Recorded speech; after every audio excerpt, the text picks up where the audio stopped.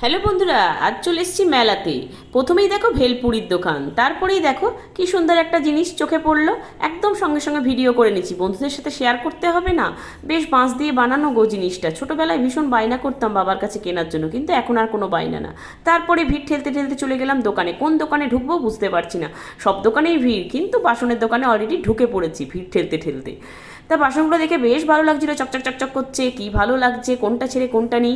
তা আমার নেওয়ার মতো তাকাতে তাকাতে এই ঢাকাটার দিকে চোখ পড়ে গেল। ঢাকাটাতে ভীষণ ভালো লাগলো। বেশ কড়াইয়ে চাপা দেওয়া যাবে, রান্না বান্না করার সময়তে সেদ্ধ তাড়াতাড়ি হয়ে যাবে, সেই জন্যই আমি এই ঢাকাটা নিয়ে ফেললাম। তারপরেই চলে গেলাম নাগরদোল্লায়। বাবা কি বড় উঁচু নাগরদোল্লাটা, এখন দেখলেই মাথা ঘোরে আমার, চাপা তো দূরে থাক। আবারও ভিড়। তারপরে দেখলাম ব্রেক ড্যান্সেও সবাই ভিড় করে দাঁড়িয়ে আছে চাপবে বলে। ফুচকার দোকানটাও চোখে পড়লো, কিন্তু খেতে ইচ্ছে করলো না, এতটা গরম। আর ফুচকা খাওয়ার ইচ্ছা ছিল না, ভয় লাগে প্রচণ্ড গরমে ঘাম পড়বে তো। বন্ধুরা কেউ হাসাহাসি করো না আমার কথা শুনে। বাই বাই সবাইকে।